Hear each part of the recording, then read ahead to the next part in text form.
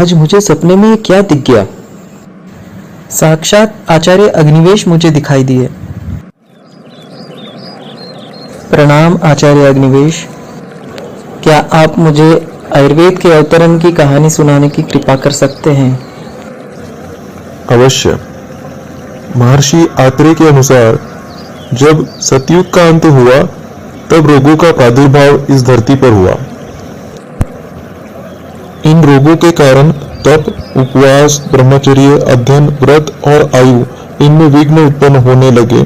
तब प्राणियों पर दया करके पुण्यात्मा महर्षिगण पवित्र हिमालय के पार्श्व में एकत्र हुए।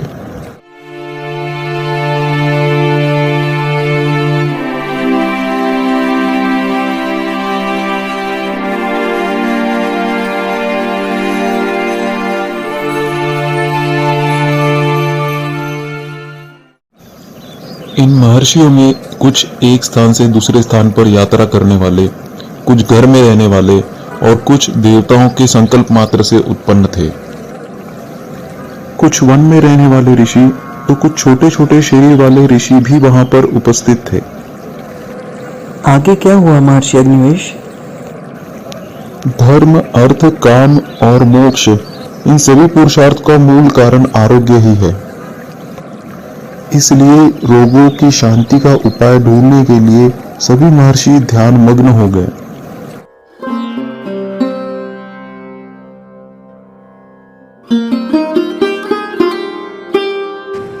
उन्होंने अंतचक्षु से देखा कि इंद्र ही उन्हें शरण दे सकते हैं और रोगों की शांति का उपाय भी वे ही बता सकते हैं।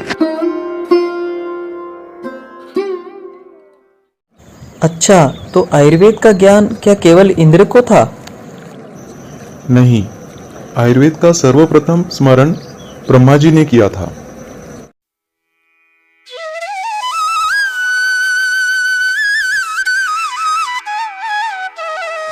तत्पश्चात ब्रह्मा जी ने यह ज्ञान प्रजापति जी को दिया।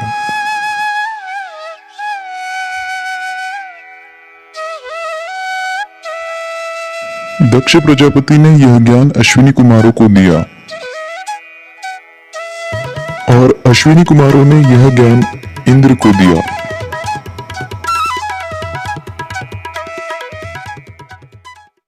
अच्छा, तो इसका अर्थ है कि आयुर्वेद तो अनादिकाल से चल रहा है। निश्चित, आयुर्वेद अनादि और शाश्वत दोनों है। महर्षिगण इंद्र के पास क्यों जाना चाहते हैं? वो चाहते तो सीधे ब्रह्मा जी के पास जाते, क्योंकि इसकी भी तो संभावना है कि जब ज्ञान एक व्यक्ति से दूसरे व्यक्ति को जाता है तो उसमें कुछ तो क्षीणता आती होगी। तुम्हारा प्रश्न सही है, लेकिन इसके कुछ कारण हैं। ब्रह्मा, प्रजापति आदि की अपेक्षा इंद्र की आयु अल्प है, इसलिए वे रोग भयग्रस्त प्राणियों के लिए जिस प्रकार शरणागत वत्सल हो सकते हैं, उस तरह ब्रह्मा, प्रजापति आदि नहीं होंगे। इंद्र को अमरेश्वर कहा गया है, जिसका अर्थ है प्रजा की रक्षा करने वाला। राजा प्रजा की रक्षा में अतिशय प्रयत्नवान होता है, इसलिए इंद्र को चुना गया। ब्रह्मा ने दक्ष प्रजापति को आयुर्वेद का संपूर्ण रूप से ज्ञान प्रदान किया और वैसा ही प्रजापति ने ग्रहण किया। अश्विनी कुमारों ने उसी आयुर्वेद ज्ञान को प्रजापति से प्राप्त किया। अश्विनी कुमारों ने भी जैसे प्रजापति ने कहा वैसे ही आयुर्वेद का ज्ञान संपूर्ण रूप से ग्रहण किया। इंद्र में यह विशेषता अधिक थी कि उन्होंने अविच्छिन्न ज्ञान परंपरा विधि से आयुर्वेद विद्या प्राप्त की थी, अतः उन्हें किसी शिष्य को उस विद्या को प्रदान करना भी अपेक्षित था। ऐसा कहा जाता है कि गुरुओं से प्राप्त विद्या को प्राप्त कर जो उसे शिष्यों को प्रदान नहीं करता वह पाप का भागी होता है। इंद्र ने किसी को शिष्य के रूप में आयुर्वेद विद्या का ज्ञान नहीं दिया, इसलिए उन्हें शिष्य की अपेक्षा थी। इसलिए ब्रह्मादि की अपेक्षा इंद्र ही शरणागत वत्सल थे, इसलिए इंद्र को चुना गया।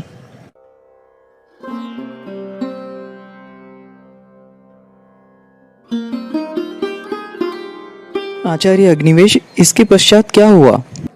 सभी महर्षियों के सामने यह प्रश्न था कि इंद्र के पास कौन जाएगा। तब भरद्वाज ऋषि ने स्वयं कहा कि इस कार्य में मुझे नियुक्त किया जाए।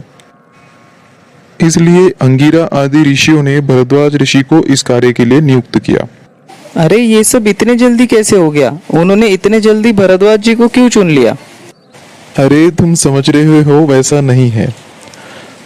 भरद्वाज जी को उग्र तपा कहा गया है, अर्थात वे मनुष्य होने पर भी इंद्र के पास जाने की शक्ति उनमें थी, इस तथ्य का बोध होता है।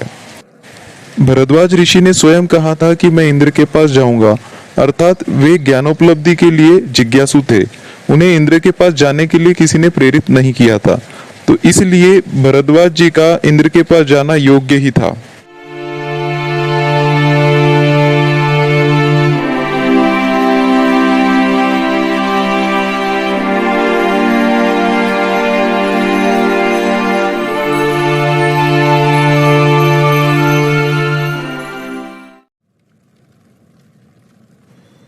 देवराज इंद्र की जय हो।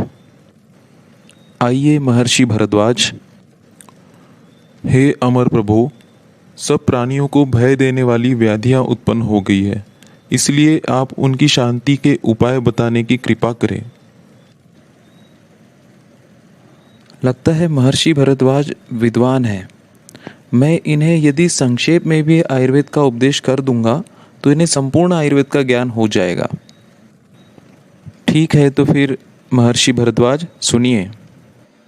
हेतु लिंग औषध ज्ञानम स्वस्तातुर परायणम त्रिसूत्रम शाश्वतम पुण्यम उबदेयम पितामह।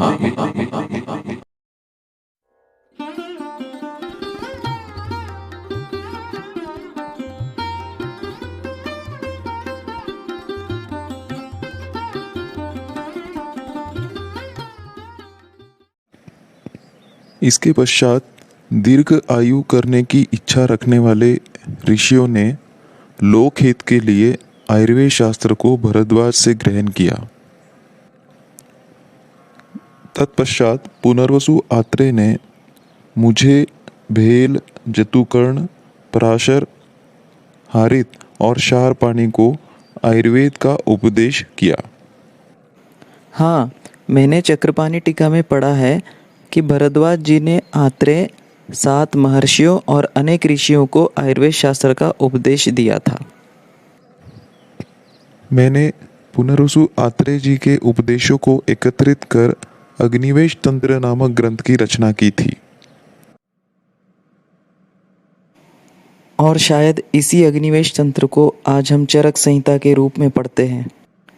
तो इस तरह आयुर्वेद का अवतरण इस धरती पर हुआ